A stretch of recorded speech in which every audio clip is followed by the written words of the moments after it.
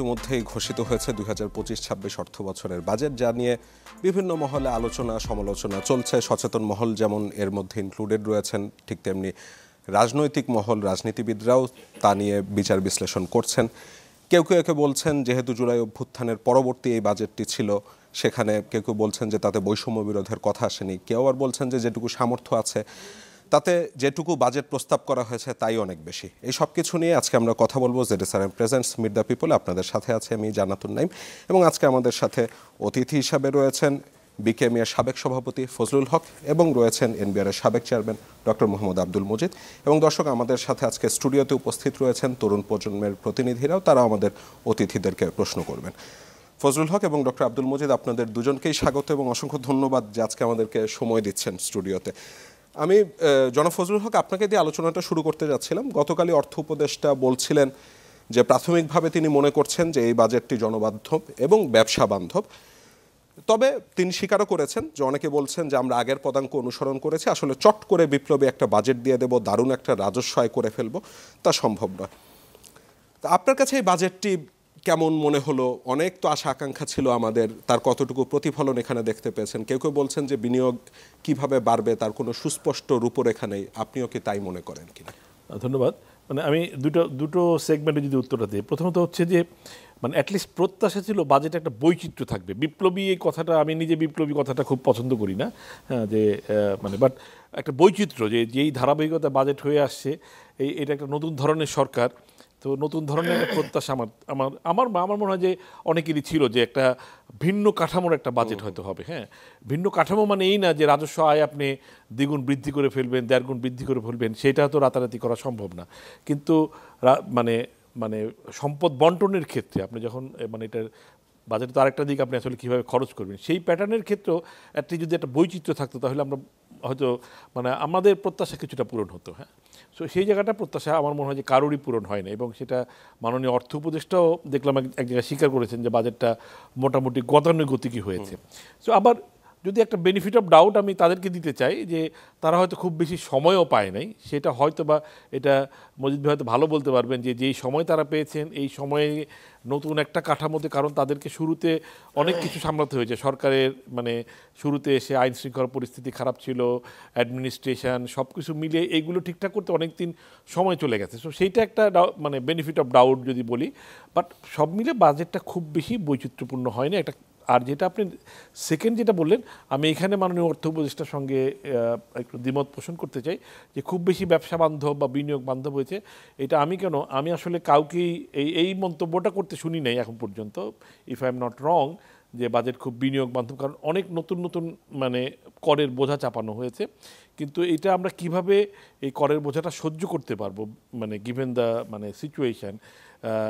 যেমন আমরা ধরেন দেশের সবচেয়ে বড় শিল্প খাতে প্রতিনিধিত্ব করছি, হ্যাঁ, এই খাতে কিছু নতুন কর এখানে আরোপ করা হয়েছে, এবং অনেক কিছু অনিশ্চয়তা আছে যে ব্যাংক ইন্টারেস্ট রেট এবং বাজেটের যেই মানে প্রাক্কলন আছে তাতে ব্যাংক ইন্টারেস্ট রেট কমে আসবে সেরকম কোনো সম্ভাবনা দেখছে না, সেটা অনেক লম্বা লাভ। তো সব মিলিয়ে বলবো, এবং অনেক জায়গায় দেখবেন যে কাঁচামালের উপরেও মানে টেক্সটাইলের কাঁচামালের উপরে, তুলার ক্ষেত্রে, সুতার ক্ষেত্রে বাড়তি ভ্যাট, বাড়তি ট্যাক্স বসানো হয়েছে। সো এইটা মিলিয়ে সামগ্রিকভাবে এটা ব্যবসা বান্ধব বা বিনিয়োগ বান্ধব, নতুন বিনিয়োগ কিভাবে আসবে, এইটার খুব সুস্পষ্ট রূপরেখা যতটুকু বাজেট আমরা এখন পর্যন্ত পড়েছি, কারণ ইটস এ হিউজ ডকুমেন্ট আসলে। এটা মানে এই আরো হয়তো মানে সময় লাগবে জানতে, বাট এখন পর্যন্ত অবশ্য বলেছেন যে তর্ক বিতর্কের সুযোগ থাকছে, রিভিউ করবার এটা সব সময় থাকবে, এবং আমরা আশা করব যেহেতু সময় আছে ঈদের পরে মানে তারাই এগুলোকে কনসিডারেশনে নেবেন অবশ্যই। যেহেতু এখন পার্লামেন্ট নাই, এইটাই পার্লামেন্টে যে আজকে আপনি সবাইকে ডাকছেন, আমরা কথা বলছি, বা অন্য যে বিভিন্ন টক শো হচ্ছে, পত্রপত্রিকা আলাপ আলোচনা হচ্ছে, সেইটাকেই মানে পার্লামেন্টের জনগণের মতামত, এইটাই হয়তো, আমি পার্লামেন্টের বিকল্প বলছি না, বলছি যে এইটাকে এখন এইভাবেই জনমতামতটা তারা মানে গ্রহণ করে তারা পুনরায় একটা বিবেচনা করবেন বলে আশা করি। ডক্টর মজিদ, আপনি নিজে এক সময় এনবিআর এর দায়িত্ব পালন করেছেন, এবং তখন আপনাদেরকে অনেক হিউজ টার্গেট দেওয়া হতো, এবার একদম সর্বোচ্চ 4,99,000 কোটি টাকা। তো কেউ কেউ বলছেন যে এটা একেবারে অবান্তর টার্গেট যদি আমি আমার 10 মাসে অর্জনকে চিন্তা করি। আপনার কাছে তাই মনে হয় কিনা? এবং একটি ব্যাপার গতকাল গভর্নর স্যার বলছিলেন মানে বাজেট পরবর্তী সংবাদ সম্মেলনে যে 6.5% আমরা যে মূল্যস্ফীতি নামিয়ে আনার কথা বলছি, আমার তো ধারণা তার চেয়েও কমে আসতে পারে। আপনি কি এই দাবির সাথে একমত? ধন্যবাদ। প্রথমে হচ্ছে যে কনটেক্সটে বাজেটটি তৈরি করা হয়েছে তার যে ব্যাকগ্রাউন্ড সেইগুলো বিবেচনা করলেই এটা বলা যায় বাজেটটি যেমন হওয়া উচিত ছিল তাই হয়েছে। আচ্ছা, একে আলাদাভাবে পদবাচ্যে করার দরকার নেই। কারণ প্রথম পয়েন্ট হচ্ছে যে 5ই আগস্টের পতনের পরে যে অন্তর্বর্তীকালীন সরকারটি এসেছে সে কিন্তু 4ই আগস্টও জানতো না 5ই আগস্ট তাকে এই ধরনের একটা অর্থনীতির দায়িত্ব নিতে হবে। এটা তো একটা কারণ অন্যান্য সময় সবসময় একটা সরকার বাজেট করে তার একটা লক্ষ্যমাত্রা থাকে, 5 বছর 4 বছর আমি থাকবো, আমি এই জিনিস করতে চাচ্ছি, আমার একটা প্রতিশ্রুতি আছে জনগণের সাথে, সেইটা আমার রিফ্লেক্ট করতে হবে। কিন্তু এই অন্তর্বর্তীকালীন সরকার হচ্ছে হঠাৎ আচমকা তাকে এনে এমন একটা অর্থনীতি তার হাতে ধরিয়ে দেওয়া হয়েছে বা পেয়েছে যেটা আসলে সুষ্ঠু ব্যবস্থায় আনা আসলে কঠিন। 1, 2 হচ্ছে এনাদের কোনো পলিটিক্যাল অ্যাসপাইরেশন নাই যে আমি এটা করে জনগণের কাছে জনপ্রিয় হব, তারপর হলে আমি ভোট পাবো বা আমার যাবে, সেটা না। এনারা এটা অনেকটা নিজেদের দায়িত্বশীলতার উপর থেকেই এনারা করছেন। এখন 3 নম্বর যেটা ফজলু ভাই বললেন খুব কারেক্টলি, যে একটা অত্যন্ত বেসামাল একটা অবস্থার থেকে একজন আসার পরে তাকে সামনাসামনি বেশ কিছু জিনিস করতে হয় বা দেখাতে হয়। ওই যে অর্থপ্রদেশে বলেছেন যে হঠাৎ করে তো আমি বিপ্লবী হতে পারিনি, আমি তো আর বিপ্লবী করি নাই বা বিপ্লব না, বিপ্লব তো সবাই করেছে আর কি, হঠাৎ করে বিপ্লবী হওয়া যায় না। তো সুতরাং ওনারা এসেই এমন আইন শৃঙ্খলা পরিস্থিতির যে বিষয়টা, যেটা খুব ইম্পর্ট্যান্ট একটা অর্গান, সে আইন শৃঙ্খলা পরিস্থিতিটা ভালো করবেন কি করে? যাদের দিয়ে করবেন সেই তো আগের দিন গুলি করছিল, যে আগের দিন গুলি করেছে তারই এখন আমি বলতেছি তুমি এদেরকে ঠেকাও। হ্যাঁ, অর্থাৎ সাঈদকে গুলি করলো যে তারই আমি বলেছি চার্জশিট বানাও, ওর FIR বানাও। তো ও তখন FIR তো ওইটাই বলেছে চারিদিকে কেরা বোধহয় ইট টিট ফিলে মারছিল তাই ও মারা গেছে। ও গিয়া নিজের কথা নিজে লিখবে পারবে না, ওর একটা সাইকোলজিক্যাল প্রবলেমও হয়ে গেছে যে সে 2 দিন আগে এদের সাথে ফাইট করেছে, এখন তারে আবার সেইটা তার করতে দেখতে হচ্ছে, আমি তো 14 দিনে পুলিশও বানাতে পারছি না। সুতরাং অর্থাৎ আইন শৃঙ্খলা পরিস্থিতি এবং অর্থনৈতিক অবস্থা যেটা হচ্ছে একটা বড় শর্ত একটা গভর্নমেন্টের সামনে কিছু করবার দেখার, সেই 2 জায়গাতেই সে খুব ভঙ্গুর অবস্থা। অর্থনীতিটাই এমন খারাপ যে তার প্রচুর বিদেশি লোন, তারপরে রিপেমেন্টের প্রবলেম, বিরাট প্রকল্প মাথার উপরে, এইরকম একটা অবস্থায় তাকে আসতে হয়েছে। সুতরাং আমি বলছি যে পরিস্থিতিতে এটা তৈরি করা হয়েছে সেই পরিস্থিতিতে যেমনটা হওয়া উচিত তাই হয়েছে। আপনাদের কাছ থেকে কিছু প্রশ্ন নিয়ে আসতে যাচ্ছিলাম, কে করতে যাচ্ছেন? আচ্ছা, শুরুতে আপনি করুন। আমার প্রশ্নটা মজিদ স্যারের কাছে। ফজলুল স্যার যিনি যেভাবে বললেন যে রিসোর্স অ্যালোকেশনের দিকে আমাদের নজর দেওয়া দরকার, তো আমরা দেখেছি মানে এই ট্রেন্ডটা শুরুর থেকেই চলে আসছে যে বাজেটের একটা বড় অংশ জনপ্রশাসন, তাদের প্রণোদনা ইত্যাদি দিতে যায়। সো কিন্তু ওই অনুযায়ী আমরা সেভাবে রিটার্নটা ওরকম পাই না আমাদের সার্ভিসের দিক দিয়ে, ওরকম দিক দিয়ে। সো সেইখান থেকে ওইটাকে অ্যালোকেট করে এমন সেক্টরগুলোতে দেওয়া উচিত যেটা ধরেন শিক্ষা, চিকিৎসা, যেগুলো রিটার্নটা অনেক ভালো পাওয়া যায়। সো এই ক্ষেত্রে এইটা হিসাব করার জন্য সিস্টেমেটিক পরিবর্তনটা করা দরকার কিনা, যেমন যারা সরকারি কর্মচারী রয়েছেন তাদের পারফরমেন্স এভালুয়েশন, তাদের প্রজেক্ট ইমপ্লিমেন্টেশনগুলোকে অডিট করা, এই ধরনের সংস্কারগুলা আপনি কি মনে করেন যে পরবর্তী সরকার যারা আসবে তারা করতে পারে কিনা, বা আমাদের যে বর্তমান বাজেটটা দেওয়া হলো সেইখানে এই ব্যবস্থাগুলা মানে তারা নিতে পারতেন কিনা? ধন্যবাদ, খুব সুন্দর পুষ্টিকর প্রশ্ন আমি মনে করি। কারণ এই কথাটাই কিন্তু অ্যাকচুয়ালি এসে উঠে আসে যে আমরা দেখছি বৈষম্য কেন হয়েছে। আমরা অবশ্যই প্রত্যাশা করতে পারি যে বৈষম্য কমানোর একটা পথে উঠতে হবে, সবে একবারে হবে না, এটা ঠিক আছে। যেমন আমি মনে করি রিসোর্স অ্যালোকেশনের যে প্রশ্নটা বলছো, সেই রিসোর্স অ্যালোকেশনের সময় এমনভাবে করতে হবে যে যেন আমার কাঙ্ক্ষিত রেজাল্টটা আসে। হ্যাঁ, আমি ওইভাবে থাকি। যেমন বেশ কিছু খাতে খরচ বেড়েই চলছে, থামানোর কোনো পথ মনে হচ্ছে না নাই। হ্যাঁ, তো ঠিক আছে, কিছু হয়তো, কারণ যারা আমি একবারে বেতন দিয়ে রেখেছি তারা তো আমি বলতে পারতেছি না যে ভাই আপনি কালকে চলে যান। হ্যাঁ, ওরে পয়সা দিতে হবে। তখন আমার উচিত হবে, কাজ হবে, উচিত ছিল বা থাকবে, সেটা হচ্ছে আমার অন্য জায়গার থেকে এমনভাবে রিসোর্সের এটা করা দরকার যে আমার যেন ভবিষ্যতে বিনিয়োগটা স্থায়ী হয়। যেমন আমি সোজা শিক্ষার ব্যাপারে বলি, শিক্ষা মোটে হচ্ছে না বা গভর্নমেন্টের টাকা দিয়ে টিচার রাখা হচ্ছে, পুরো বেতন দেওয়া হচ্ছে, তারপরেও তিনি পড়াচ্ছেন না। তিনি বলছেন বিকেলবেলা আবার আমার কাছে আবার পড়ো, হ্যাঁ, তার ওনার কাছে আবার টাকা দিতে হচ্ছে। আমারে বলা হচ্ছে ফ্রি বই দিচ্ছি তোমারে, কিন্তু আমারে 39,000 টাকার ওই গাইড বই কেনার থামানো হয়নি, হ্যাঁ। তো ফলে আমার 1375 টাকার ফ্রি বই পেয়ে আমার লাভ হয়েছে কি? কোনো কাজ হয়নি। এই সব জায়গায় সংস্কার এইভাবে যে খুব স্ট্রিক্টলি বলতে হবে গাইড বইটই এইসব নাই, আপনি ক্লাসে পড়াবেন, আপনাকে বেতন দেওয়া হয়েছে, আপনি ক্লাসে পড়াবেন। শিক্ষার বাজেট আমি আগে যা ছিল তাই দিলাম, কিন্তু আমি চাবো দায়িত্ববোধ, আমি ওইটা রিটার্নটা চাবো। এইটার জন্যে আমার খুব কড়া ইন্সপেকশন, কড়া ব্যবস্থা, মনিটরিংয়ে সেখানে আমার বাজেট রাখতে হবে। শিক্ষার গুণগত মান উন্নয়নের জন্য পুনর্বিন্যাস প্রয়োজন হবে, সেইগুলো করতে হবে, করলে তারপর হবে। আমি একটু জনাব ফজলুল হক মজিদ স্যারের কথা সূত্র ধরে আসতে যাচ্ছিলাম। স্যার যেমনটি বলছেন যে দক্ষ ম্যান পাওয়ার পাওয়া যায় না, মানে আপনারা যখন লোক নিয়োগ করতে চান এটি কি একেবারে সত্য বাস্তবতা? এবং এই বাজেটে মানে দেশে কর্মসংস্থানের কি অবস্থা এটা নিশ্চয়ই এখন আর বলে দিতে হয় না, বিনিয়োগ না হলে কর্মসংস্থান হবে না, এটাও একেবারে লিনিয়ার রুল। তো ওই কর্মসংস্থান বৃদ্ধির দিকে কি এই বাজেটে আপনার কাছে মনে হয়েছে নজর দেওয়া হয়েছে? না, আমি মোটেও মনে করি না কোনো নজর দেওয়া হয়েছে, বিশেষ করে নজর দেওয়া হয়েছে মোটেও মনে করি না। আজকে এখানে তরুণ সমাজ আছে, এরা আমার মন্তব্যটা পছন্দ করবে কিনা আমি জানি না। আমি একটা এই অ্যালোকেশন নিয়ে একটা মন্তব্য করতে চাই। আপনি যদি বাজেট খেয়াল করেন, 100 কোটি টাকা বরাদ্দ করা হয়েছে নতুন উদ্যোক্তা তৈরি করার জন্য, তরুণদেরকে টার্গেট করে। পাশাপাশি 100 কোটি টাকা বরাদ্দ করা হয়েছে তারুণ্যের উৎসবের জন্য। এখন আমার প্রশ্ন হচ্ছে, তারুণ্যের উৎসব আর নতুন কর্মসংস্থানের গুরুত্বটা কি এক? আপনি 100 কোটি টাকা ফানুস উড়িয়ে খরচ করবেন, আপনারা মানে আমি আপনাদের বিপক্ষে না, আমি কিন্তু আপনাদের পক্ষে কথা বলতে চাচ্ছি।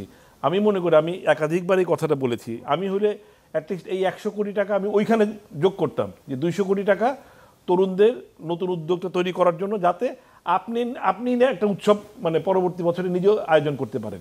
যেই অ্যালোকেশনটা এখন পর্যন্ত আছে সেটার আসলে প্রপার ইউটিলাইজেশন হচ্ছে না, সেটা কোনো কোয়ালিটি ইউটিলাইজেশন নাই। সেটা যদি বিশেষ করে শিক্ষা এবং স্বাস্থ্য এই দুইটা জিনিসের ক্ষেত্রে যদি আমি দেখি, দুটেতেই এইটা একদম টোটাল মানে কি একটা টোটাল ড্রেনেজের মানে কাছাকাছি আর কি, যে এখানে মানে টাকা পয়সা যতটুকু আমরা খরচ করছি এটা যদি প্রপারলি খরচ করতে পারতাম, এই যে এইখান থেকেই দক্ষ জনশক্তি। আপনি মজিদ হয়তো ভালো জানবেন, আমার চেয়ে আর ভালো, যেহেতু উনি সরকারি কর্মকর্তা ছিলেন। আমাদের এখানে কিন্তু অনেক মানে টেকনিক্যাল ট্রেনিং ইনস্টিটিউট আছে, কিন্তু তারপর আমরা গার্মেন্ট সেক্টরে আমরা কোনো দক্ষ লোক পাই না। আমাদের নিজেদের মানে নিচের লেভেলের লোক আমাদের নিজেদের ট্রেনিং দিয়ে নিতে হয়, এবং উপরের লেভেল লোক আমাদেরকে বিদেশিদের উপরে নির্ভর করতে হয়। আমাদের এখানে ধরেন প্রচুর MBA পাওয়া যায়, BBA পাওয়া যায়, কিন্তু দক্ষ লোক যেটা মানে ইন্ডাস্ট্রির জন্য দরকার সেইটা পাওয়া যায় না। সেইখানে আবার একটা মানে অন্য ব্যাপারও আছে, যে মানে ধরেন এদের সময় আমিও একসময় তরুণ ছিলাম, যে BBA MBA এর প্রতি যত ঝোঁক আছে লোকজনের, একটা সাইকোলজিক্যাল ঝোঁক, একটা সোশ্যাল একটা মানে এক ধরনের স্বীকৃতি আছে, ঠিক টেকনিক্যাল এডুকেশনের স্বীকৃতিটা ওই রকম নাই। হ্যাঁ, এইটা একটা আমাদের টোটাল এডুকেশন সিস্টেমের একটা গলত। তো এইটা আসলে বাজেটারি অ্যালোকেশন দিয়ে চেঞ্জ করা যাবে না। সো আরও যেটা মজিদ বলছেন, একটা খুবই গুণগত সংস্কার করা দরকার। আমরা আরেকটা প্রশ্ন নিয়ে আসতে যাচ্ছিলাম, আচ্ছা ওখান থেকে আমি নেই। আমার কোয়েশ্চেন আপনাদের দুজনের কাছেই, যে আমরা যদি লক্ষ্য করি এই সরকারটা একটু অন্যান্য রাজনৈতিক সরকার থেকে একটু ভিন্ন।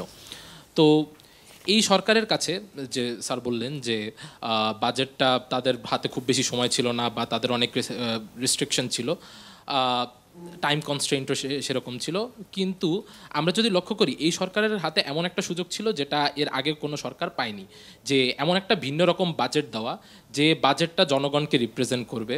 এবং দেখা যাচ্ছে এই সরকার যদি একটা ভিন্ন রকম কোনো একটা বাজেট দিত, পরবর্তী সরকারগুলোকেও তাদের একটা প্রেশারাইজ ফিল করতো যে তারা যে এদের ফুটস্টেপগুলো ফলো করার জন্য।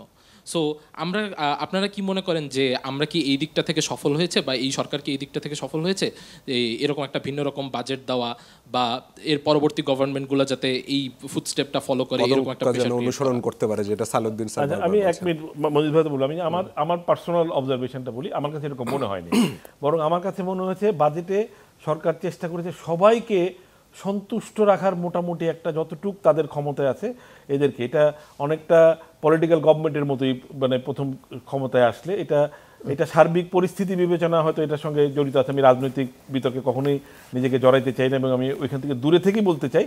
আমার কাছে মনে হয়েছে ওই যেটা বললাম, ওই যে 100 কোটি টাকা তারুণ্যের উৎসবের বরাদ্দ থেকে আমার কাছে এটা মনে হয় যে সবাইকে খুশি রাখার একটা চেষ্টা। মজিদ ভাই। না, কথা ওটাই আমি বলি, কিছু কিছু পদক্ষেপ মনে হবে উনি বলেছেন, যেটা তোমার প্রশ্নের ভিতর থেকেও আসছে, যেটা কি ঠিক হয়েছে বা সেই পরিমাণে, যেমন ওই জুলাই যুদ্ধ আহত বা জুলাই যোদ্ধাদের করের একটা বলা হয়েছে 5.5 লাখের মতো। হ্যাঁ, কিন্তু আমার কাছে এটা মনে হচ্ছে, আমি এনবিআর এর একজন সাবেক চেয়ারম্যান হিসেবে বলতেছি, আমার কাছে মনে হয়েছে যে এটা একটা ধোঁয়াশি টাইপের একটা প্রভিশন। কারণ এই তোমরা কেউ তো না, বা জুলাই যোদ্ধা যারা নিহত বা আহত হয়েছে তারা তো করদাতাই হয়নি, এখনো বয়স হয়নি তার, সে এখনো টিন খোলে নাই। হ্যাঁ, জুলাই যোদ্ধা সার্টিফিকেট দিবে, সেটা একটা বড় বিষয়। হ্যাঁ, সেটা তো ওটা পরেই আসছে, এটাও আসছে যে ওরে যে আমি একবার আয়ের সীমা বাড়িয়ে দিলাম এত, ওর তো এখন আয়কর দেওয়ার সময়ই হয়নি, অথচ আমি এটা দেখিয়ে মনে করলাম যে আমি বোধহয় একটা বিরাট কিছু করেছি বা এটা বোধহয়, এসব জিনিসগুলো হবে। দ্বিতীয় পয়েন্ট ওইটার সাথেই যে জুলাই যোদ্ধা, তার ডেফিনিশন, তারপরে তারা কারা, কি ব্যাপার, এগুলো নিয়ে তো এখনও অনেক কাজ বাকি আর কি। বরং ওই যে যেটা আছে যে যারা আহত হয়েছে ওই ফ্যামিলির জন্য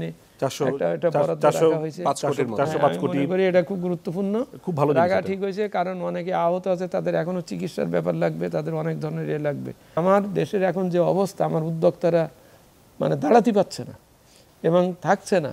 আমার তো টাকা পাচার হচ্ছে, কিন্তু আমার উদ্যোক্তা পাচার হচ্ছে বেশি, কারণ একবার বিদেশ যাচ্ছে, সে আর আসতে চাচ্ছে না, সে ওখানে চলে যাচ্ছে। সেই জন্য আমি বলেছি যে প্রয়োজন হলে সরকারের একটা আলাদা বিশেষ ফান্ড তৈরি করা দরকার, করে এই লোকগুলোর দাঁড়াবার সাহায্য করে দেওয়া দরকার। উদাহরণস্বরূপ বলি কিভাবে হয়, জাপানে 1997 সালে, আপনি তো গিয়েছিলেন, প্রথম পরিচয় প্রথম জাপানে, আমি ওখানে ডিপ্লোম্যাটে ছিলাম। 1997 সালে ওদের একটা বিরাট অর্থনৈতিক ক্রাইসিস হলো, ফাইন্যান্সিয়াল ক্রাইসিস বলে। সেই ফাইন্যান্সিয়াল ক্রাইসিসে কি হলো, কারণটা কি, যে ওই ব্যাংকগুলো লোন দিয়েছে হাউজিং কোম্পানিগুলোরে, তারা খুব বেশি দামে বিরাট বিরাট বিল্ডিং বানাইছে, এখন কেউ কিনতে চাচ্ছে না, ফলে ওর ওইটা মন্দ বিনিয়োগ হয়ে গেছে। ব্যাংকগুলো লোন দিয়েছে, এখন ব্যাংকের টাকার সমস্যা হয়ে গেছে, ও টাকা পাচ্ছে না, তো ফলে মানুষের আস্থা ব্যাংকের উপর চলে যাচ্ছে, মানুষের এখন ওই ব্যাংকে টাকা রাখতে যাচ্ছে না, বিরাট বিপর্যয়ের একটা ব্যাপার। কিন্তু তখন জাপান গভর্নমেন্ট কী করলো, নিজের টাকা, ট্রেজারির টাকা 683 ট্রিলিয়ন ইয়েন গভর্নমেন্ট সঙ্গে সঙ্গে স্যাংশন করলো। বললো যে আগে আমি অর্থনীতিকে বাঁচাই, ওই ব্যাংকগুলোর একটা সিস্টেমের ভিতর দিয়ে টাকা দিয়ে বললো যে তুমি দাঁড়াও, কারণ তুমি না দাঁড়াইলে আমার ওই সঞ্চয় হবে না, মানুষ আর ব্যাংকে আসতে চাবে না। আর ওই যারা ওইটা করেছে তাদের বলা হলো তুমি এই একটা সুযোগ দিয়ে বলা হলো যে তুমি আস্তে আস্তে টাকাটা শোধ করার ব্যবস্থা। ও কিন্তু প্রথম টার্গেটটা নিচে, ওর ইকোনমিকে দাঁড়াতে হবে, ওর ব্যবসায় দাঁড়াতে হবে। সেই জন্য আমিও সেদিন আরও আরেক জায়গায় বলেছি যে প্রয়োজন হলে গভর্নমেন্ট, প্রয়োজন হলে নিজে টাকা ছাপাক, টাকা ছাপিয়ে হলো এই 600 কোটি 700 কোটি 800 কোটি দিয়ে এই আমাদের ইয়ংদের জন্যে, হ্যাঁ, এদের জন্যে কর্মসৃজন করুক। আমি এনবিআরকেও বলেছি, মানে সেটা বলা হয়েছে, এখানে সেইভাবে রিফ্লেক্ট হয়নি। আমি বলেছি তুমি এখন কর করো না, তুমি শুল্ক নেওয়াই এটা বেশি বলো না, তুমি বরং ওরে দাঁড়াতে দাও, ওরে শুল্ক মুক্ত করে দিয়ে হোক আর যেভাবে হোক কর মুক্ত করে দিয়ে ওরে দাঁড়াতে দাও। ও দাঁড়ালে, ও কাজ করলে তখন তুমি আরো বেশি রেভিনিউ পাবা। বুঝেছি। তুমি এখন টাকা ছাপানো নিয়ে বোধহয় তর্ক বিতর্ক আছে, আমরা একটা না সেটা অন্য জিনিস, সেটা আমি উদাহরণস্বরূপ বলছি আর কি, উদাহরণস্বরূপ বলছি। টাকা ছাপানো মানে ওইটা না, কারণ যেহেতু রেভিনিউ আসতেছে না, কি করবে। আমরা স্যার একটা ছোট বিরতি নিয়ে এসে আলোচনাটা করি, এই জিনিসটা ওইভাবে দেখতে হবে। দর্শক, জেডএসআরএম প্রেজেন্টস মিট দ্য পিপলে সময় হলো একটা ছোট্ট বিরতির, ফিরছে একটু পর সাথে।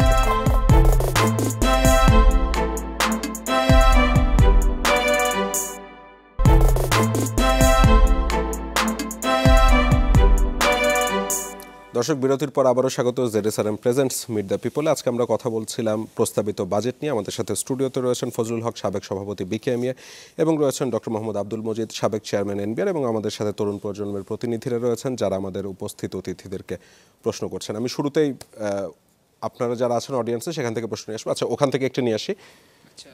আসসালামু আলাইকুম, আমার নাম সাদমান, আমি ঢাকা ইউনিভার্সিটির ইন্টারন্যাশনাল রিলেশনস ডিপার্টমেন্টে আছি বর্তমানে। তো আমার প্রশ্ন দুজনের কাছে মোটামুটি, আমরা কিছুক্ষণ আগে শিক্ষা নিয়ে কথা বললাম, আমরা কিছুক্ষণ আগে উদ্যোক্তা নিয়ে কথা বললাম। প্রথম কথা, বাংলাদেশের শিক্ষা খাতে কখনোই প্রপার পরিমাণ বাজেট অ্যালোকেশন করা হয় নাই, এবং এটা আপনারা যদি দেখেন প্রায় আমাদের শিক্ষকরা বিভিন্ন ধরনের আন্দোলনে নামে, কয়েকদিন আগে আন্দোলনে তারা নামছে। তো এখন এখানে একটা প্রশ্ন, শিক্ষার ব্যাপারে আমাদের যে বাজেটটা এটা কেমন হওয়া উচিত এক্স্যাক্টলি, যেটা কিনা আমরা আমাদের দেশের ফুলফিল করবে। দ্বিতীয়ত, বর্তমানের যুগ এআই, ইনফরমেশন, ইনোভেশন অ্যান্ড টেকনোলজির যুগ। আমরা বলতেছিলাম যে আমাদের উদ্যোক্তাদের স্কিল নাই, আমাদের উদ্যোক্তাদের বিভিন্ন ধরনের আউটলুক নেই বা যাই নাই না কেন, আমরা তো প্রপার ট্রেনিংয়ের ব্যবস্থা করি নেই, বা অন্যান্য যে জায়গাটা যেমন ইনোভেশন অ্যান্ড টেকনোলজি, আমাদের বাজেটের কতটুকু ফোকাসটা এদিকে দেওয়া হয়েছে যে আমরা ইনোভেশনের দিকে মাথা মুভ করবো? এটাই আমার ওখান প্রশ্ন। থেকে আরেকটা প্রশ্ন নিয়ে আসবো, আপনি করবেন উপরে আপুকে একটু মাইকটা দিন। আসসালামু আলাইকুম, আমি Anika Noor, Daffodil International University journalism ডিপার্টমেন্টে পড়াশোনা করছি। আমার প্রশ্ন হচ্ছে যে এই যে সরকার বারবার যে ব্যবসা ক্ষেত্রে ব্যবসায়ীদের কর বাড়িয়ে দিচ্ছে, এতে কি ব্যবসায়ীরা ক্ষতিগ্রস্ত হচ্ছেন আপনাদের কি মনে হয়? এবং এই যে যারা নতুন ব্যবসায়ীরা তারা তো এই কর বাড়ানো দেখে তো তারা ব্যবসা ক্ষেত্রে আসতেই যাবে না, আপনাদের কি মনে হয় এটা কি হচ্ছে? আচ্ছা, আরেকটি প্রশ্ন নিব নিচ থেকে। আচ্ছা, ওনার কাছ থেকে আমি একটা নিয়ে আসি, উনি ওনার কাছ থেকে নিয়ে আসি। আমার নাম মোহাম্মদ মেহেদি হাসান, আমি ঢাকা কলেজের ফিলোসফি দ্বিতীয় বর্ষের ছাত্র, ফিলোসফি ডিপার্টমেন্টের। এই বাজেট কি সাধারণ মানুষের বাজেট নাকি শুধু পরিসংখ্যানের বাজেট? রাজস্ব আদায়ের লক্ষ্যমাত্রা গত বছর যেটা নির্ধারণ করা হয়েছিল, এনবিআর কিন্তু সেটা গত বছর ব্যর্থ হয়েছে তুলতে। তো এই বছর যে রাজস্ব আদায়ের যে বাজেটটা নির্ধারণ করা হয়েছে সেটা কি মানে শুধুই কাগজে কলমে না আসলেই বাস্তব? আরেকটা বিষয় হলো এই যে প্রসাধনী, বিলাসবহুল প্রসাধনী বা চকলেট এগুলোতে কর বাড়ানো হয়েছে, ঠিক আছে, বাট ডিম, দুধ, তারপর প্রয়োজনীয় এসব কিছু জিনিসে মানে যেই করটা বাড়ানো হয়েছে, বা যে মোবাইল ইন্টারনেট এগুলোতে কর বাড়ানো হয়েছে, তো এগুলো আসলে ইফেক্টটা কিন্তু আমাদের সাধারণ মানুষের উপর পড়ছে।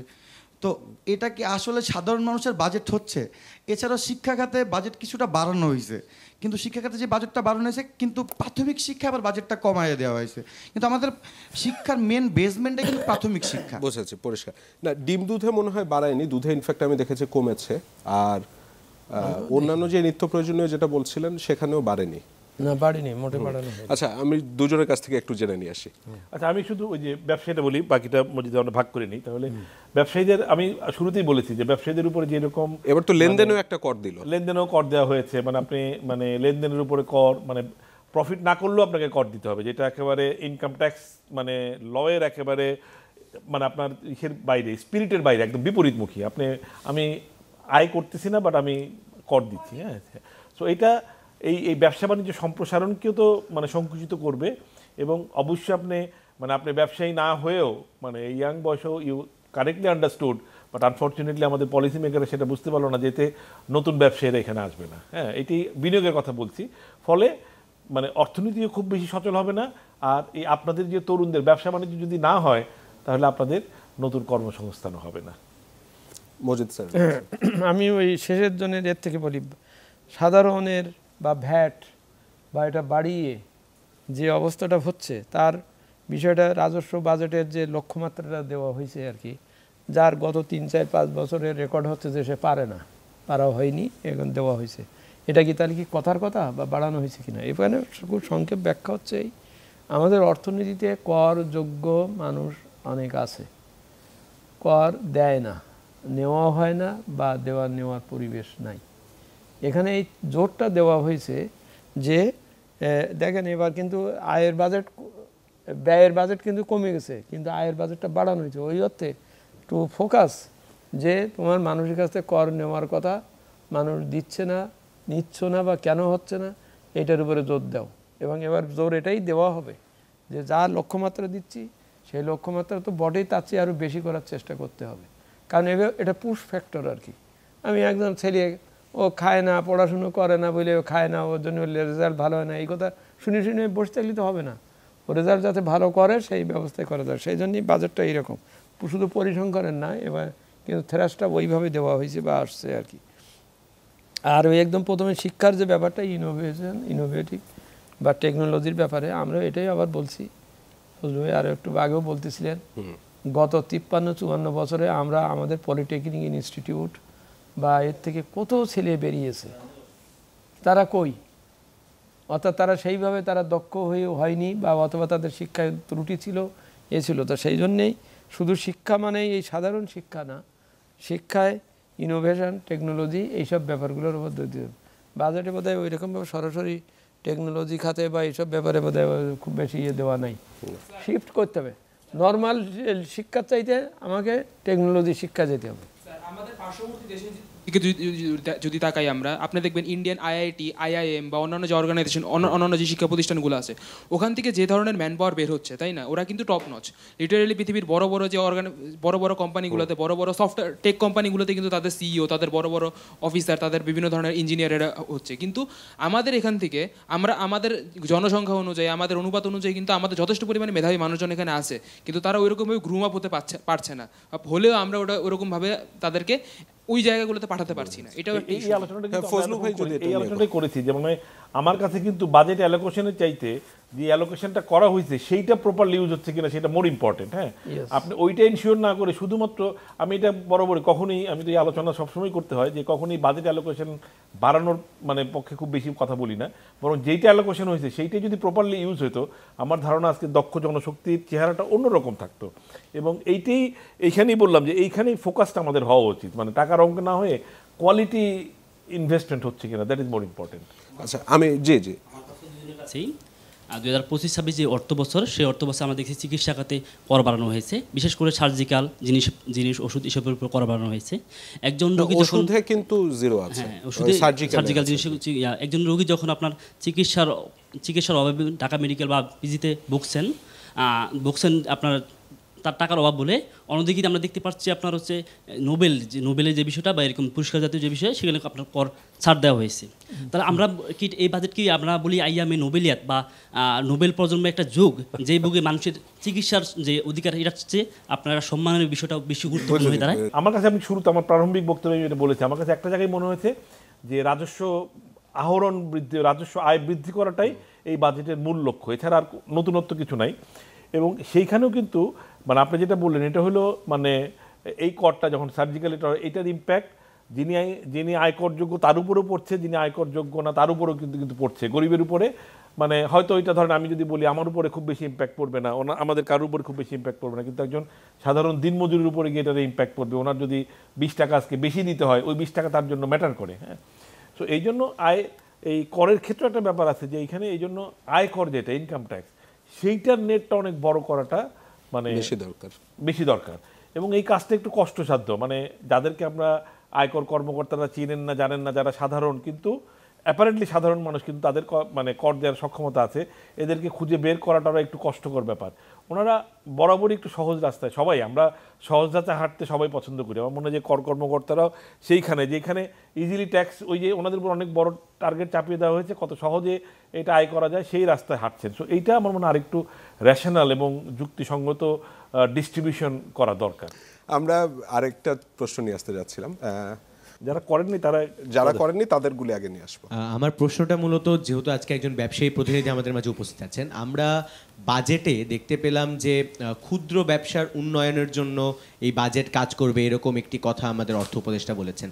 তো ব্যবসায়ীরা কি মূলত, একদম ক্ষুদ্র ব্যবসায়ীরা যারা আছেন, তারা কি মূলত এই বাজেট থেকে কোনো প্রকার সহায়তা কিংবা যে ব্যাংক ঋণগুলো তাদের জন্য কি আদৌ বাংলাদেশে সহজলভ্য হয়? এরকম কি আমরা মানে বাংলাদেশের একদম প্রান্তিক পর্যায়ের ক্ষুদ্র ব্যবসায়ী কিংবা শহর পর্যায়েরও যারা ক্ষুদ্র ব্যবসায়ী আছে, তাদেরকে কি আমরা এরকম দেখতে পাই? যদি আমি একটা ছোট্ট উদাহরণ দিই, যে ব্যবসায়ীদের ক্ষেত্রে যদি ক্ষুদ্র ব্যবসায়ীরা যদি ঋণ নিতে যায় কোনো ব্যাংকে বা কোনো প্রতিষ্ঠানের কাছে, সেখানে 3 বছর কিংবা 2 বছর একটা ট্রেড লাইসেন্স চাওয়া হয়, এরকমও আমরা দেখতে পাই। তো আদৌ কি এই বাজেটগুলো ক্ষুদ্র ব্যবসায়ীদের উন্নয়নে কাজ করে? আচ্ছা, ওখান থেকে আরেকটি প্রশ্ন একটু নিয়ে আসি। জি, আপনি করুন। আমার নাম সালেক কায়সার শান্ত, আমি হচ্ছে ঢাকা কলেজে অনার্স 4th বর্ষে আছি। আমার প্রশ্নটা হচ্ছে, মানে সরকার সংস্কার কমিশন গঠন করেছে, আবার সংস্কার কমিশনের বিপরীতে কাজ করছে। এই বক্তব্যটি দিয়েছে টিআইবির নির্বাহী পরিচালক যিনি, আর উনি এই বক্তব্যটি দিয়েছে কালো টাকা প্রসঙ্গে। ওনার বক্তব্যটা এমন ছিল যে যারা নিয়মিত কর দিচ্ছে তাদের করের হার বাড়ানো হয়েছে, আবার যাদের হাজার হাজার কোটি টাকার কালো টাকা রয়েছে তাদের ক্ষেত্রে প্রণোদনা দিচ্ছেন। এতে করে কি যারা নিয়মিত কর দিচ্ছে তাদের ক্ষেত্রে বৈষম্য করা হচ্ছে না বা তাদেরকে নিরুৎসাহিত করা হচ্ছে না? আর আরেকটা প্রশ্ন যদি আমি করি, কিছুক্ষণ আগে আলোচনার মধ্যে এসেছে যে বিগত বছর ধরে রাজস্ব বোর্ড তাদের রাজস্ব আদায় ব্যর্থ হচ্ছে এবং বাজেটে একটা ঘাটতি দেখা যাচ্ছে। এখন এই বছরও বাজেট ঘোষণার সাথে সাথেই একটা বড় একটা অ্যামাউন্ট চাপাই দেওয়া হচ্ছে রাজস্ব বোর্ডের উপরে, যেখানে অলরেডি রাজস্ব বোর্ডে অনেক ধরনের ঝামেলা চলতেছে। আবার এটাও বলা হচ্ছে যে বাজেটের ঘাটতির যে টাকাটা দেশ বা বিদেশে ঋণ করে করা হবে। তাহলে ব্যাপারটা এমন হয়ে গেল না যে আমি বাজেট বড় আকার ঘোষণা করার জন্য আমি প্রস্তুত আছি, আবার সেটা ঋণ করে। তাহলে এটা উদাহরণ হিসেবে বলা যায় যে আমি ঋণ করে ঘি খাচ্ছি, আবার সেটা ঢাকঢোল পিটে মানুষকে দেখাচ্ছি। আচ্ছা, জি, আমার প্রশ্ন এটাই ছিল। ধন্যবাদ। ফজলুল ভাই, প্রথমে ক্ষুদ্র উদ্যোক্তা, আমি আপনার সঙ্গে মানে আপনার অবজারভেশনটা আমার মনে হয় যে একটা নেগেটিভ, যে বাজেট আসলে এর কোনো সলিউশন নাই। হ্যাঁ, কারণ বাজেট এটা বরাবরই থাকে, বাজেটের মুখবন্ধে যেই সুন্দর সুন্দর কথাগুলো থাকে, হ্যাঁ, বাজেট অ্যালোকেশনে বা ডিস্ট্রিবিউশনে গিয়ে ওইটার সঙ্গে মিল পাওয়া যায় না। এটা নতুন না, এটা বরাবরই এরকম হয়। এবং এটা ওই যে ব্যাংকে ঋণ পায় না, এটা আমি ব্যাংককে খুব বেশি দোষ দিই না, কারণ ব্যাংক আসলে তার টাকা, ব্যাংক তো আপনার আমার টাকা নিয়ে সে একজনের টাকা নিয়ে আরেকজনকে লোন দেয়। সো তার কিন্তু দেখতে হয় যে কত সিকিউর জায়গায় সে লোন দিতে পারে। সো এটা ব্যাংক দেখবেন যার টাকার দরকার নেই তার পিছনে দৌড়াচ্ছে টাকা দেওয়ার জন্য, আর যার টাকার দরকার সে ব্যাংকের পিছনে দৌড়াচ্ছে টাকা নেওয়ার জন্য। এটা হলো কঠিন বাস্তবতা, এবং এটাতে ব্যাংকদেরকে দোষারোপ করার কোনো কিছু নেই। এইখানে হলো রাষ্ট্রের দায়িত্ব এবং মানে সরকারের দায়িত্ব এইখানে, যে যারা নতুন উদ্যোক্তা, যারা প্রান্তিক উদ্যোক্তা, তাদেরকে সরকার হয়তো এক ধরনের গ্যারান্টি স্কিম দিতে পারে। বাংলাদেশ ব্যাংক, যেটা ওই যে 100 কোটি টাকা বা 200 কোটি টাকার কথা বলছি, যে এই টাকাটা থেকে আপনাকে সুদমুক্ত ঋণ দিতে পারে। এবং মজিদ ভাই খুব একটা ভালো কথা বলেছে যে নতুন উদ্যোক্তাদের জন্য যদি সরকার বলতো যে নতুন উদ্যোক্তাদের জন্য 5 বছর কর দিতে হবে না, আপনি কয় টাকার কর দিবেন, এইটাকে তো আপনি একটু ইনসেন্টিভাইজ করতো যে না আমার জন্য কোনো কর নাই, মানে একটা সাইকোলজিক্যাল ইনসেন্টিভটা কিন্তু অনেক বড় ব্যাপার আপনাকে, হ্যাঁ, যে আপনি আসলে প্রণোদিত হবেন, আপনার ভিতরে একটা স্পিরিট তৈরি করা, এটা কিন্তু অনেক বিশাল। এটা 10,000 টাকা দিয়ে আপনাকে যেভাবে ইনসেন্টিভাইজ করা যাবে না, অন্যভাবে কিন্তু তার চেয়ে বেশি আপনাকে প্রণোদিত করা যায়। সো এই জায়গাগুলোতেই আমি মনে করি এইগুলো হলো উদ্ভাবনমূলক চিন্তাভাবনার বিষয়, এই বিষয়গুলো বাজেটে মিসিং আছে। মানে এই আমি যে শুরুতে বললাম যে ব্যতিক্রমী কিছু, সেই ব্যতিক্রমী কিছু হয় না এখানে প্রণোদিত করার অনেক স্কোপ ছিল। ডক্টর মজিদ, কালো টাকা সাদার প্রসঙ্গে এবং আবার আপনার এনবিআর চলে এসেছে। স্বাভাবিক, শান্তর প্রশ্নটা অশান্তের মতন আর কি, স্বাভাবিক। কারণ কালো টাকা বন্ধ টাকার ব্যাপারটা এখানে নৈতিকতার প্রশ্ন, একেবারে সোজা কথা। নৈতিকতা এই জন্যই যে একজন 25 বা 30% ট্যাক্স দিচ্ছে, আর আরেকজনের বেলায় 15% বা কখনো কখনো আরও কম। তারপরে তার চেয়ে বড়ো কথা হচ্ছে বাইরের থেকেও যে আসতেছে, এই যে তুমি দেখতেছো রেমিটেন্স আসতেছে, এই রেমিটেন্স সব কিন্তু আমার শ্রমিকের কাছ থেকে আসতেছে, সব জেনুইন রেমিটেন্স না। হ্যাঁ, জেনুইন রেমিটেন্স না, কারণ ওই শ্রমিকের কাছে যে আসতেছে তাকে উৎসাহিত করার জন্য আমি 2.5% দিয়ে দেই, ওই যে ইনসেন্টিভ দেই। কিন্তু একজন জনৈক অমুক, তিনি বিদেশ থেকে ওই টাকা হয়তো আগে চুরি করে নিয়ে গিয়েছিলেন, সেই টাকা আবার উনি আনলেন, ওনারাও যদি আমি 2.5% দিয়ে দেই, এই জিনিসগুলো ভালো করে বোঝার ব্যাপার হচ্ছে। কথা হচ্ছে যে এমন একটা নৈতিক পরিস্থিতি হবে, আমাদের সংবিধানের 20(2) ধারায় পরিষ্কার করে লেখা আছে, রাষ্ট্র এটা নিশ্চিত করবে যে কেউ যেন অনুপার্জিত অর্থ, মানে অবৈধভাবে অর্জিত অর্থ ব্যবহার না করতে পারে।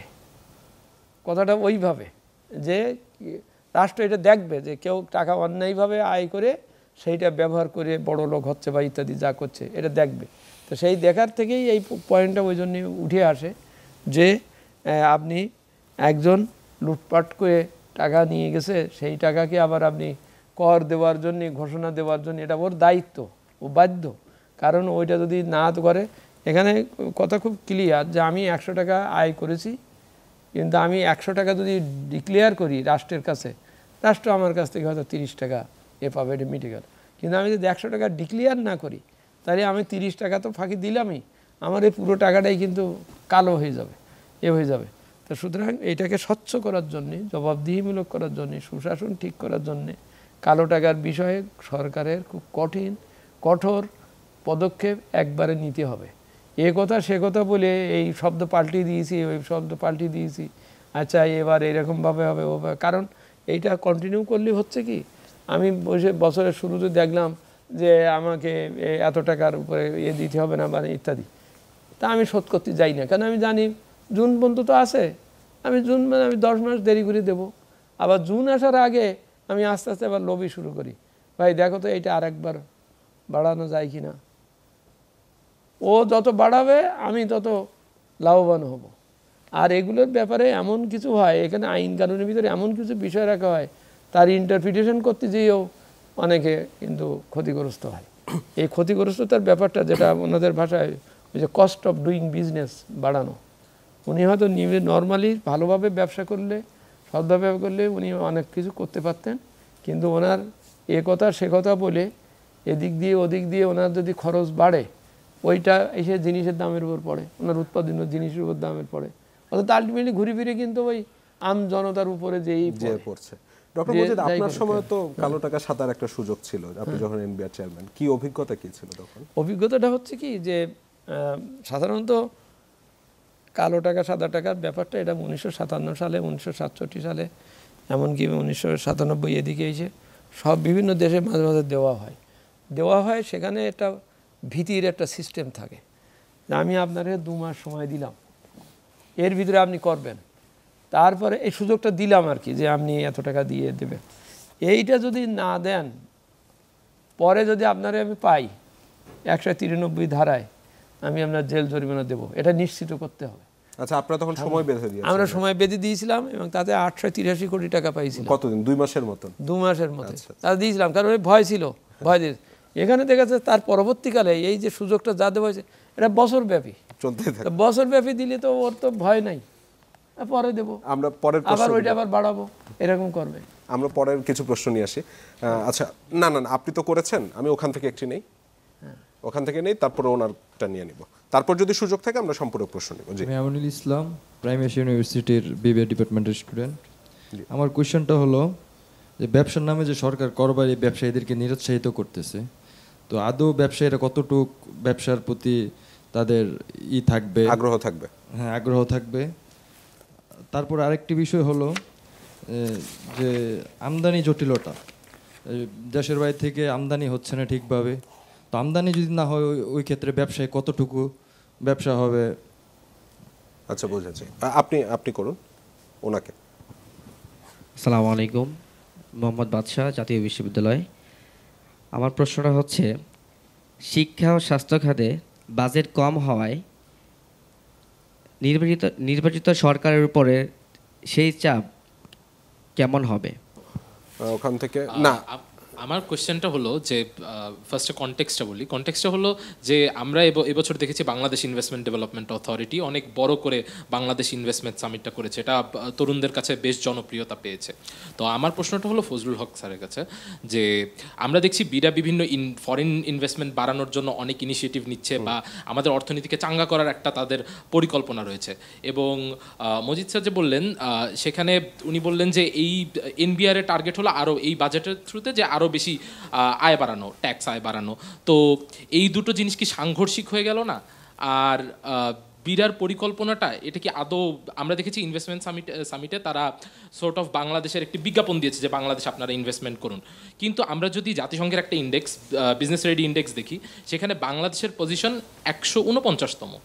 তো বিরার এই পরিকল্পনাটা কতটুকু যৌক্তিক এবং কারেন্ট এই বাজেটের মধ্যে বিরার কি এদের কোর্স অফ অ্যাকশন কি চেঞ্জ করা উচিত, বা নাকি তাদের সেম কোর্সে থাকা উচিত? তারা এখন যে পরিষ্কার হয়েছে। আমি শেষ একটা প্রশ্ন নেব, উনি করে আসুন।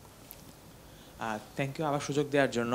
প্রথমে যে প্রশ্নটা করেছিলাম যে অ্যালোকেশন নিয়ে প্লাস লোকবলের নিয়ে, আমরা একটা ট্রেন্ড দেখতে পাচ্ছি যে 5ই আগস্টের পর থেকে বিভিন্ন মহল তাদের দাবি নিয়ে আসছে যে আমাদেরকে জাতীয়করণ করতে হবে, তা আউটসোর্স করা হতো, পরবর্তী জাতীয়করণ করা হবে, অন্যান্য সুবিধার মধ্যে অন্তর্ভুক্তি করা হবে, যেটা কিন্তু আমাদের পাবলিক এক্সপেন্ডিচার আরও বাড়াবে, রিটার্নে তেমন চেঞ্জ না করে বা পারফরমেন্সের উপর চেঞ্জ না করে।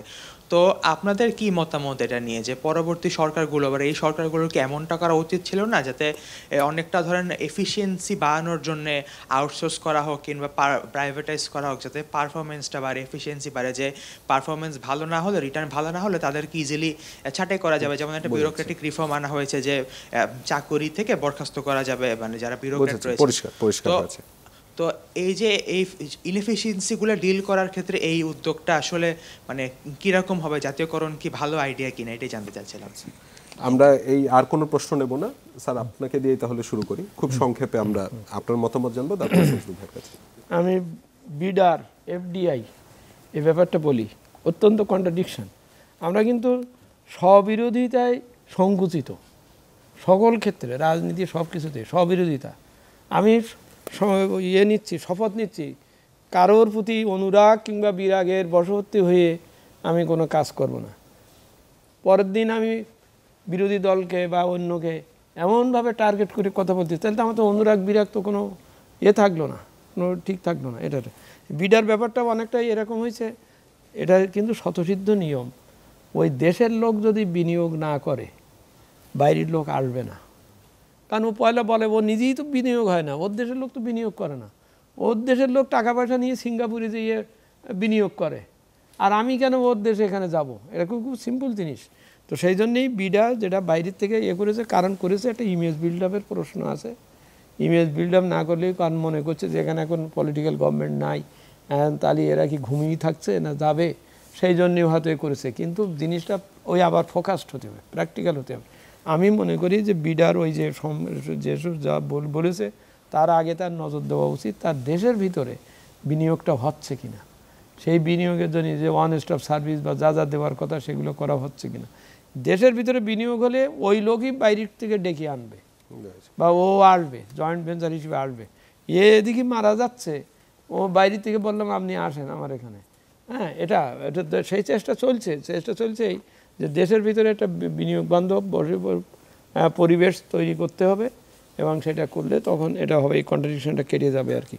ব্যবসায়ীরা ক্ষতিগ্রস্ত হচ্ছেন কিনা সেটা তো আপনি আগের আর জাতীয়করণের একটি প্রসঙ্গ এসেছিল, সরকারি চাকরির জাতীয়করণের একটি প্রসঙ্গ নিয়ে এসেছিল ওই স্কুলের কলেজের, এবং সাথে বলছিলেন যে ওই সরকারি চাকরিতে মানে এখন যে দ্রুত তাকে সরিয়ে দেয়, যার নিয়ে সচিবালয়ে একটা বিক্ষোভ হচ্ছে, সম্ভবত এই বিষয়টি তো ইঙ্গিত করতে যাচ্ছেন। না, এখানে দক্ষতা বাড়াতে আসলে কি করা কথাটা ঠিকই আছে। ওই ও প্রথম জন ও কিন্তু ওখানে একটা কথা বলেছিল রিসোর্স অ্যালোকেশনের ক্ষেত্রে, যে আমি যার কাছ থেকে যে সেবা পাওয়ার কথা সেই সেবাটা যদি আমার কস্টলি হয়ে যায় তাহলে তো আমার হচ্ছে।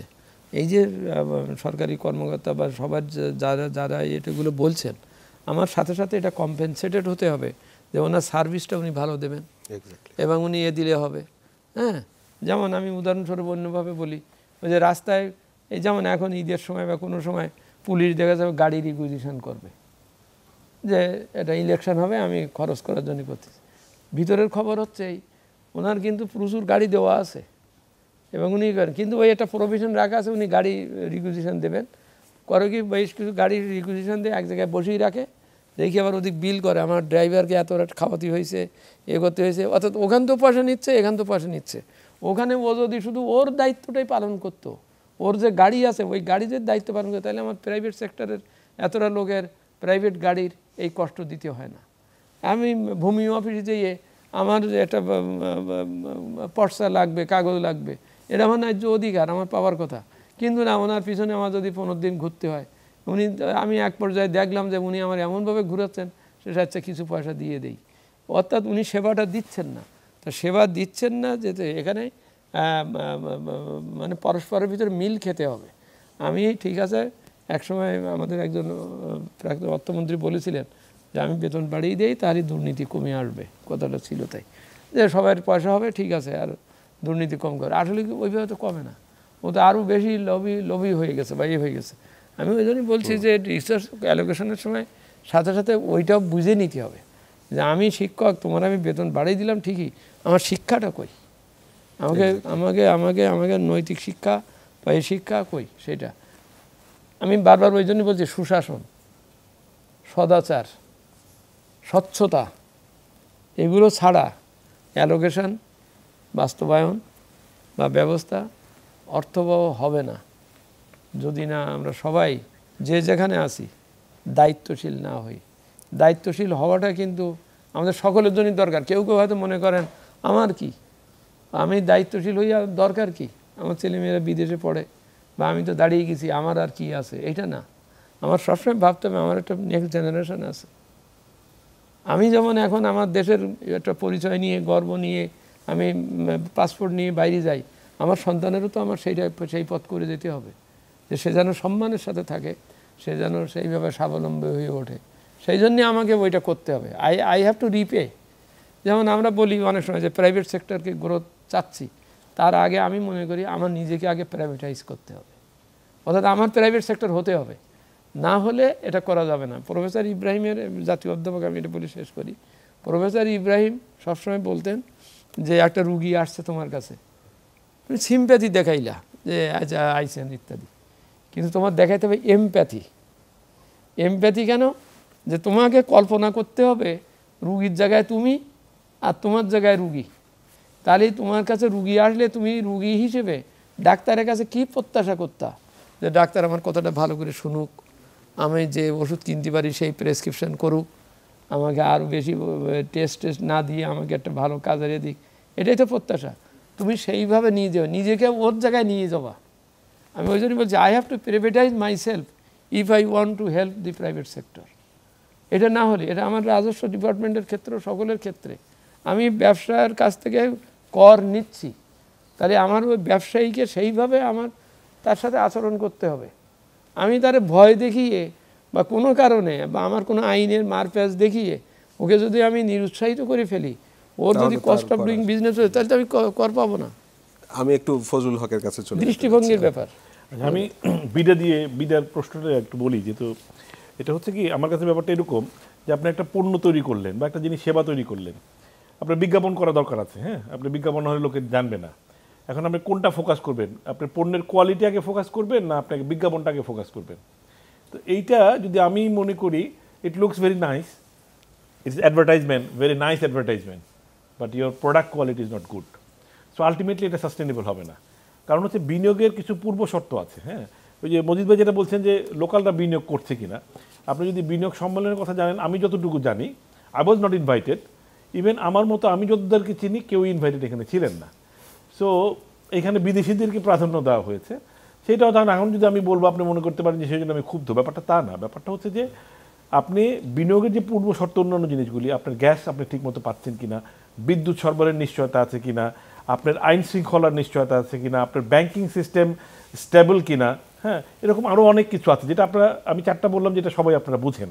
তো এই জায়গাগুলি এনশিওর না করে, আপনি পণ্যের কোয়ালিটি এনশিওর না করে আপনি ফাটাফাটি বিজ্ঞাপন করে দিলেন, ভাই বিজ্ঞাপনটা চমৎকার, যা করছে একেবারে সেই রকম, মানে এটা জিঙ্গেলটাও চমৎকার, মডেল চমৎকার, প্রেজেন্টেশন ফ্যান্টাস্টিক, আপনি সাময়িক আকর্ষণ করতে পারবেন, কিন্তু ওই পণ্যটা কেউ যদি একবার প্রথমত পণ্যটা দেখে তার পছন্দ হবে কিনা সেটা একটা বিষয় আছে, তারপরে পণ্য সে ব্যবহার করার পরে সে আর ওটা কিনবে না। সো এইখানেও এই বিনিয়োগ, এটার উদ্যোগটা এরকমই হয়েছে যে এইগুলোর কোনো কিছুই না করে আমি মনে করি এটা খুবই অসময়ে আয়োজন করা হয়েছে। এটা অনেক ঘোরার আগে গাড়ি জুড়ে দেওয়ার কি একটা প্রবচন ছিল না, এটা অনেকটা ওই রকম। হ্যাঁ, আপনি কোনো কিছু ঠিক না করে আগেই আপনি অ্যাডভার্টাইজমেন্টে নেমে গেলেন। সো এই জায়গাটাতে, এবং আপনি যখন অনেকগুলো আমাদের মানে অর্থনৈতিক অঞ্চল আছে, এবং আপনি জেনে হয়তো বিস্মিত হবেন যে অনেক ইনভেস্টমেন্ট এখন গ্যাস সাপ্লাই, বিদ্যুৎ সাপ্লাই এবং পিওর পানি সাপ্লাইয়ের জন্য অনেক ইন্ডাস্ট্রি আটকে আছে। তো সেইটা ইনশিওর করা আপনি আগেকার কর্তব্য, নাকি আপনি সেইটা ইনশিওর না করে, এবং যার ফলে আপনি দেখেন যদিও বিনিয়োগ ওভারনাইট আসবে না, কিন্তু আমি নিশ্চিত বলতে পারি যে আগামী 5-6 মাসে আপনি এই বিনিয়োগ সম্মেলনের কোনো বিনিয়োগ মানে আমাদের কমন সেন্সে বলে আপনি আশা করতে পারেন না। সো এইটা খুব মানে ইন ট্রু সেন্স খুব ইফেক্টিভ কিছু হয়েছে বলে আমি মনে করছি না। আর ওই সবশেষে এটার কথা বলি, আউটসোর্সিংয়ের একটা কথা বলছিলেন, এটা outsourcing is very good idea, এবং ওই কোয়ালিটি প্যারামিটার এনশিওর করাটা, আমি বারবার বলছি যে কোয়ালিটিটা ইজ ভেরি ইম্পর্টেন্ট। ওইখানে আমাদের সমস্ত দুর্বলতা ওইখানে, এবং গভর্নমেন্ট লেভেলে হচ্ছে কি যে কোয়ালিটি মানে with due respect quality supply দেওয়ার ক্ষেত্রে, মানে একটা আমি আমার ফ্যাক্টরিতে আমি এই উদাহরণটা দেই যে আপনি যদি একটা সরকারি ব্যাংকে যান, আপনি ম্যানেজারের সঙ্গে সাক্ষাৎকার নিলে বলবেন যে সার্ভিস কেন খারাপ, আমার ভাই ম্যান পাওয়ার কম, আমার মানে এই দেখবেন যে আমার কাগজে লেখা আছে 50টা লাগবে, আমার অর্গানোগ্রামে 50 জন লোক আছে, কিন্তু আমি এখন 40 জন দিয়ে ব্যাংক চালাচ্ছি। কিন্তু পাশের আপনি একটা প্রাইভেট ব্যাংকে যান, আপনি গিয়ে দেখবেন তার অর্ধেক লোক দিয়ে সে আপনাকে বেটার সার্ভিস দিচ্ছে একদম। যেটা আমি এই উদাহরণটা আমি আমার ফ্যাক্টরিতে অলমোস্ট প্রতি মাসে আমি একবার করে দেই। সো এইখানে হচ্ছে যে কোয়ালিটি হচ্ছে মোর ইম্পর্টেন্ট, কোয়ান্টিটি না। সো আউটসোর্সিং ইম্পর্টেন্ট, কিন্তু সব জায়গায় আবার আউটসোর্সিং করাও যাবে না। যেমন আপনি ওই যে আপনি এখন সরকারি কিছু সংস্থা আছে, পুলিশের অফিসে তো আপনি আউটসোর্সিং করতে পারবেন না, আপনি ল্যান্ড অফিসে আউটসোর্সিং করতে পারবেন না। হ্যাঁ, কিছু জায়গায় মানে সেই জায়গাগুলি দেখতে হবে যেটা সরকারের জায়গায় সরকারি। So at the end of the day quality is important. So এইখানে এখন আউটসোর্সিং করবেন না, আপনি আপনার লোকজনদেরকে দিয়ে কোয়ালিটি সার্ভিস দিবেন, আপনার লোকজনদের দিয়ে যদি আপনি কোয়ালিটি সার্ভিস দিতে পারেন যেটা এক্সপেক্টেড এবং যেটি হওয়া উচিত, সেটা হলে আউটসোর্সিংয়ের প্রশ্নটা আসতো না। সো এখন আবার আপনি যদি এটা বলেন আউটসোর্সিং করাই মানে আউটসোর্সিং করতে হবে, তাহলে আবার সরকারি সবাই আবার মানে ক্ষুব্ধ হবে। তাদেরকে আমি ক্ষুব্ধ করতে যাচ্ছি না, আমি বরং আমার নাগরিক হিসেবে প্রত্যাশা যে যেখানে আছেন কোয়ালিটি সার্ভিস দেওয়ার জন্য উনি এখানে আছেন, সেই প্রত্যাশা আমরা রাখতে চাই। ফজলুল হক জনাব ফজলুল হক, আপনাকে অসংখ্য ধন্যবাদ আমাদের সময় দেওয়ার জন্য, এবং ডক্টর মোহাম্মদ আব্দুল মজিদ, আপনাকে অসংখ্য ধন্যবাদ আমাদেরকে এতক্ষণ সময় দেওয়ার জন্য। স্টুডিওতে যারা রয়েছেন আপনাদেরকে অসংখ্য ধন্যবাদ, এবং দর্শক যারা টিভি সেটের সামনে রয়েছেন আপনাদেরকে ধন্যবাদ জানাচ্ছি, এবং শুভরাত্রি। পরবর্তী সপ্তাহে আবারও ঠিক একই সময় আপনাদের সাথে দেখা হবে। ততক্ষণ আপনারা ভালো থাকবেন, সুস্থ থাকবেন।